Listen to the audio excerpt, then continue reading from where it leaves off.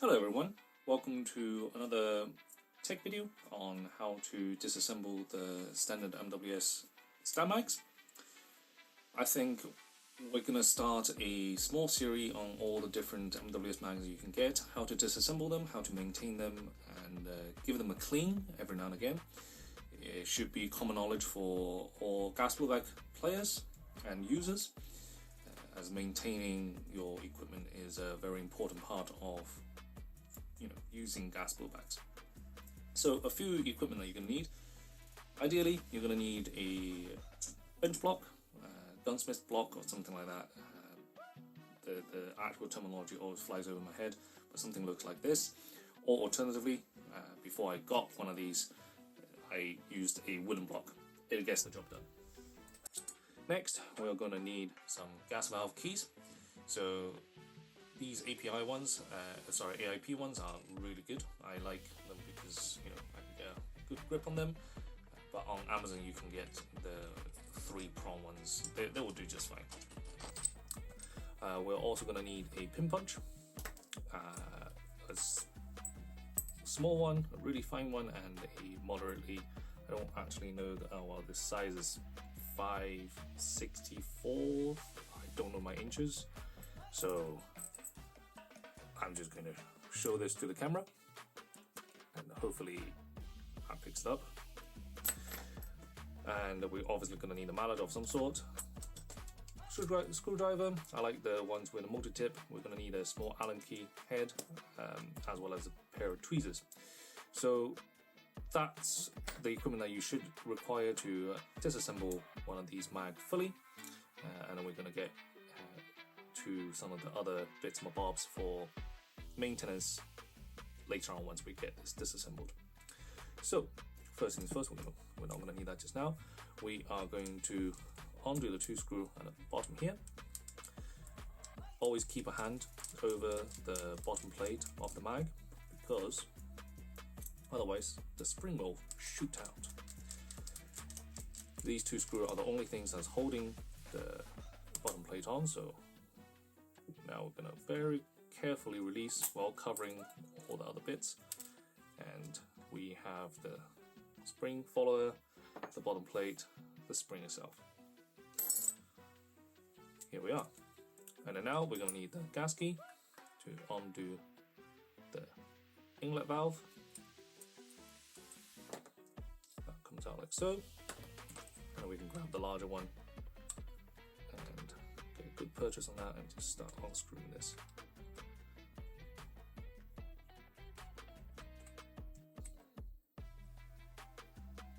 Might slip out every now and again. So for seasoned gas blowback players, you will know that in your mag you have the inlet valve. So this is just the inlet valve shroud, at least that's what I call it. Now what this do is it sits roughly in there, about there. So if you paid attention in your physics class, what you tend to what happens when you fill a container with liquid is that it will fill up to where the what's the word? Where the hose, where the valve in this case, where the valve is sitting. So if you're filling up with liquid, the liquid will fill roughly about from there to just past the opening about here. That's where the kind of the pressure equalizes in here. What some people do to winterize their mags is to chop off this inlet valve to roughly about the same length. Here demonstrated roughly about there. So it opens up all this space for more liquid to fill right up to about this point, and then it will equalize about there. So what that means is that if you have more liquid gas in the magazine itself, in the cold when you're running the mag, the temperature condenses, temperature lowers, the gas condenses, there's less, well, because there is more liquid, more higher pressure inside the mag, there is going to be the compression of the gas through temperature is going to be less. affected. So it basically means that you can run through more mags during the winter without having to fill the mag halfway through a magazine because it was feeling sluggish. So that's what you could do. However, that's not what we're going to do today, because we're just doing the maintenance of this magazine, make sure everything's gas tight and ready for a new owner. The next bit we're going to use is our pin punch. We have 2 pins up here. We're just going to punch them out. Stay.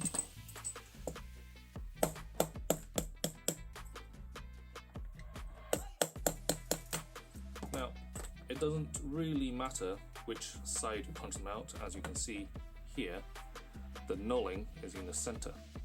So you can punch it out from either side, it doesn't really matter. Once you have that, the top will fall out, just like so. And don't forget, inside we have the O-ring seal, and then the magazine here is empty. And here we can find the follower that didn't pop out earlier. We can just grab a hold of that, and then that will come out, like so. So be very careful not to lose this little spring here. This is the spring that gives tension to your magazine follower, which also actuates your empty mag detection. So do not lose that little spring there. It's a pain in the ass to replace. Now on top here we have the arms for your empty mag detection, and now we have 2 other pins that we need to remove. Well, 3 pins that we need to remove to completely debone everything. So we're going to grab the smaller pin punch, and then we have one here. I'll point it out. We have one here, which is holding on the well, this one and this one. There's 2 pins here. Both of them are holding on to the feed lip here, as well as the gas router, and we have another pin over here that's holding on to the spacer on the knocker valve. So we're going to punch them out. Just going to give this one a quick tap. Make sure that I do it over one of the holes.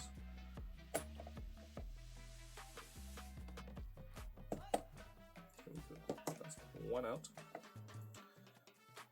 And that's the other one. That one's nice and easy. We're going to just remove these. Yeah, so that's the gas router as well as the feed lip. During your MWS time of using it, you probably will have to do this at least once because the feed lip likes to break. So when you're replacing them, this is how you get to it. And these are the 2 pins that's holding on those parts. And this is the large pin that's holding on to this part, which actuates the knocker valve. Now we're going to get our gas key again and just untwist. It's quite tight in there, and get the knocker valve out.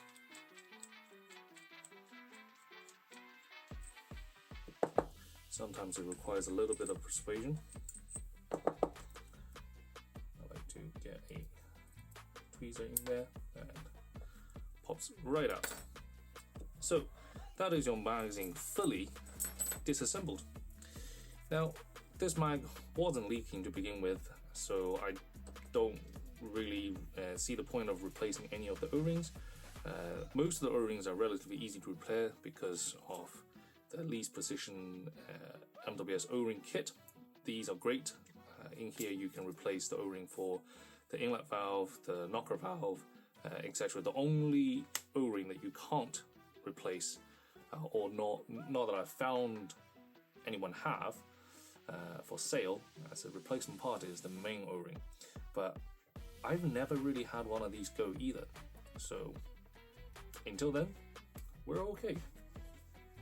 So to clean your magazine, bits that you really want to get cleaned, one bit that get neglected is the channel in here. This is where your BB goes. If you don't clean it every periodically you're going to get gunks in there, small bits of particle that's going to get grabbed onto your BB that might affect your BB trajectory, consistency, etc. So we're going to give that a clean. All I'm going to use is a little bit of my shop towel. I'm going to rip a piece off, like so. Just twist it up.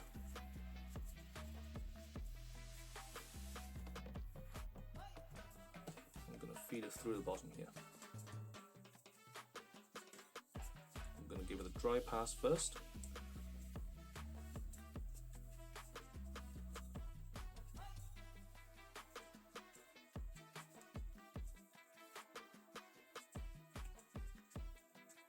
Go. And then I'm also going to use my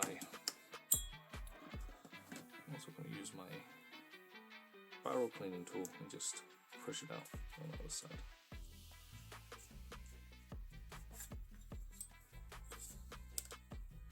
So that's just to get some of the bigger particle out.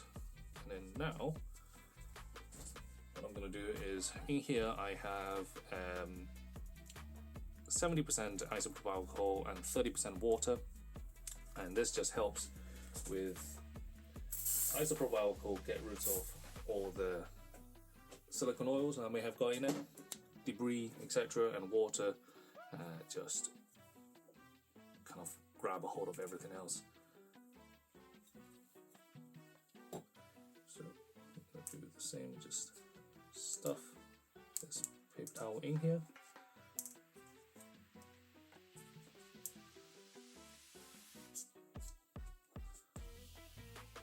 There's no real scientific way to doing this. This is just the way that I've always done it. Takes a little bit of a persuasion. You use a screwdriver. Here we go. Just to push it through the channel. Once it's through, push it out to the other side. So you can see on here there's quite dirty. In fact, I can see a bit of a metal shaving on there as well. So that's the stuff you really want to just get rid of. So get a new piece, drier piece.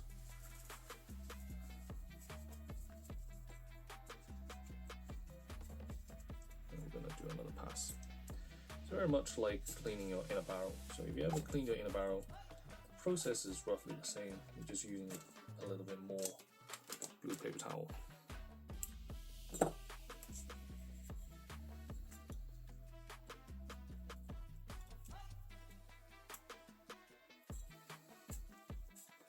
There we go.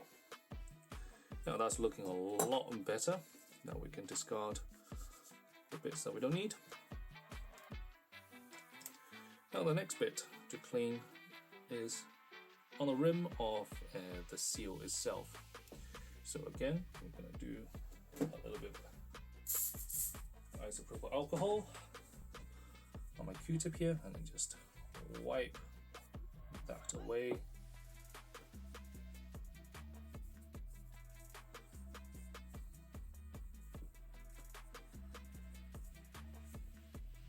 Side as well.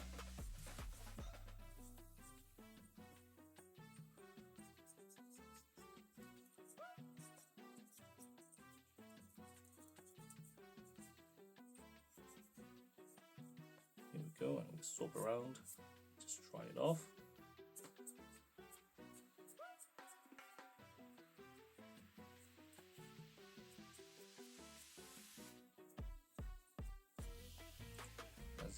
Inside of the knocker valve as well. Basically, where see that's really quite dirty. It's basically where gas passes through.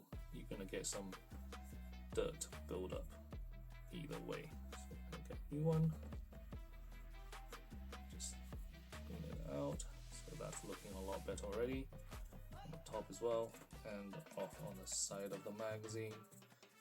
Stuff like to build up in these cutouts. Just give them a quick wipe. And another place that dirt likes to build up is in your empty mag lever, so this area. So give it a good wipe. Happy days. And that's this part down. And then what I like to also do is give the feed lip a good clean as well. This is where the BP passed through, so exactly the same as before. You don't want any foreign object, no matter how small, inside the feed lip, because that might affect your trajectory as well. So from here, the next big thing is your knocker valve. So the knocker valve, O-ring, visual inspection, they look okay. What we're going to do is give it a good wipe and a clean. Make sure all that gunk is off of it. And then what we're going to do after is give it a relube, rejuvenate the O-ring a little bit, and then it can go straight back in. What I like to watch out for the O-ring is when I'm inspecting these, is there any splitting in the O-ring, frailing, and cracking. You can see those quite easily. Also, another bit to look out for is on these TM knocker valves, these bits, sometimes if you over tighten it, it likes to twist. So you can see that this one is fine. There are some other ones that likes to twist, and I've also seen some that have snapped. So just be careful when you're putting it back into the gun. Don't twist it on too hard. So here we are. That's clean. And we're going to give this valve spacer a quick clean as well. Here we go. And to be fair, at this point, we're just going to give everything a good wipe down. Get rid of any visible particles that you can see. And we are good to go. Now for the reassembly, it's exactly the same, but we're going to just apply some silicone lube. So here I've got super lube. This is what I prefer. This is what I use. On the gas router, just at the bottom, one dab, and we can put that on. And we can put the feed lip back on, just like so. And we can put the pin back in. 1 and 2. Just make sure the nulling is on the correct side. So give it a gentle tap. What I'm going to do is actually I'm going to get a pin punch that's slightly larger than the actual pin itself, and just make sure that is sitting flush within the socket there. Actually, that's just a hair. Yeah, that's perfect. Right, the next bit is going to be your knocker valve. Lube all the O-ring surfaces. Don't be afraid to be a little bit more generous, and then get your finger involved in it as well, just like so. Perfect. We can drop it in, and like all TM stuff, I like to spin the other way, find the step, and then screw. Because sometimes, a lot of the time, a lot of the TM screws or thread are self-tapping. So just about finger tight, don't want to go too overboard with it. And then next part, we're going to drop this spacer in and make sure it's the correct orientation, otherwise you won't be able to put the next pin in. So if you can see the light passing through, that means you've done it right. Put the pin in, and then just 2 bash in and done. Perfect. Now the next bit we're going to do the mag detection lever, empty mag detection lever. So it just goes in like this. Is quite self-explanatory. It only goes in one way. You can't really screw it up. So there it is. Now we're gonna dab a bit of silicone oil on the seal lip here, and then we're going to put the O-ring in. There is a bit of a trick with this O-ring. If you do find your O-ring to be having a hair leak just a little bit, you can try one of the following method. You can put a PTFE tape around it, but don't oil it if you're going to put PTFE, because once you oil it, the PTFE tape just disintegrates and doesn't really work. So if you're going to put PTFE tape, don't oil it, just tape it and then put it back together, see if it works. Or you can turn the O-ring the other way around. Sometimes that provides a slightly better seal. Right, now that's complete. We can put the upper assembly back in, like so, and we can put the 2 pins back in as well. You know what, we're going to do one at a time.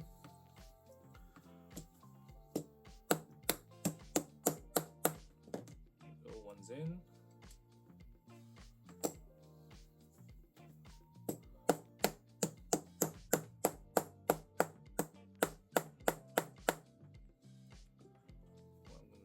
Just to make sure that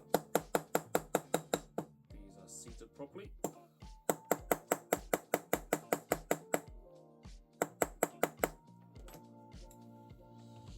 Here we are, so they're not protruding out of either side.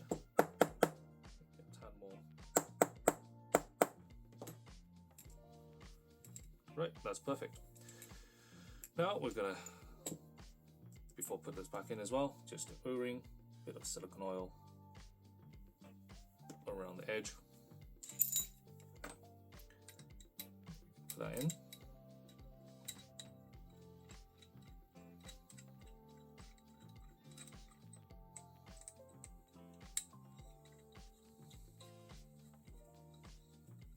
Again, just moderately tight. You don't want to overdo it. And then the inlet valve as well.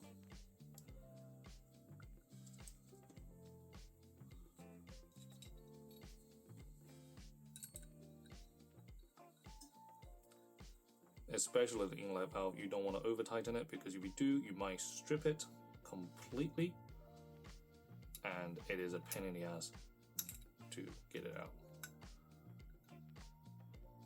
Right, and at this point you can check for seal, any leaks. So you've sealed the bottom, you've sealed the top, so we're going to put some gas in it and have a listen to see if we can hear any leak initially. Nope. And we're going to just fill the mag up.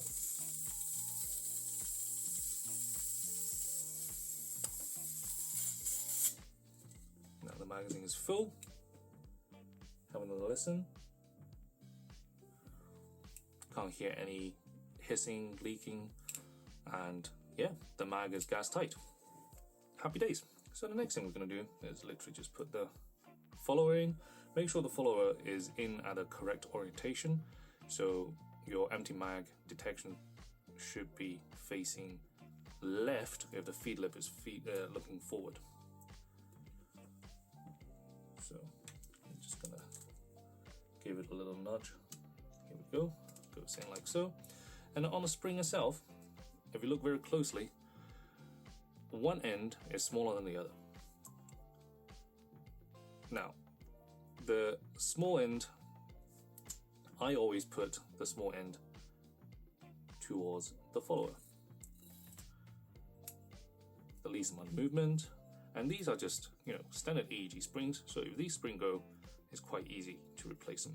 Now this is the tricky part. It gets quite annoying sometimes, because you need to put the spring in to put the follower in, as well as the bottom plate. So what I like to do is just feed it in. You need a bit of a nail to do this. So one finger keeps it down, the other finger feeds another section in, and when we get to about there, what we can do is put the wee follower thing in, and then match up this slot on the bottom with that, and then we can put the bottom plate in. Now at this stage, some people do it, some people don't. what I like to do is put a bit of a Loctite 266 in. I'm just going to put one screw in for now, just to hold the plate while I'm working this. Because the last thing you want is you're running around and the bottom plate goes flying. Nobody wants that. Again, these screws are kind of a pain in the ass to replace as well.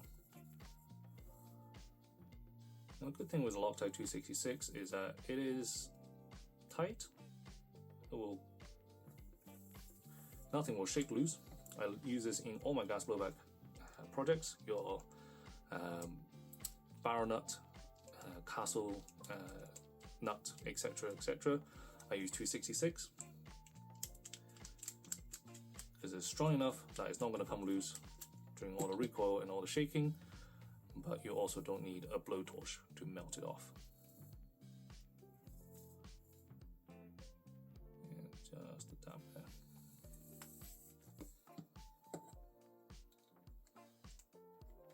Here we are.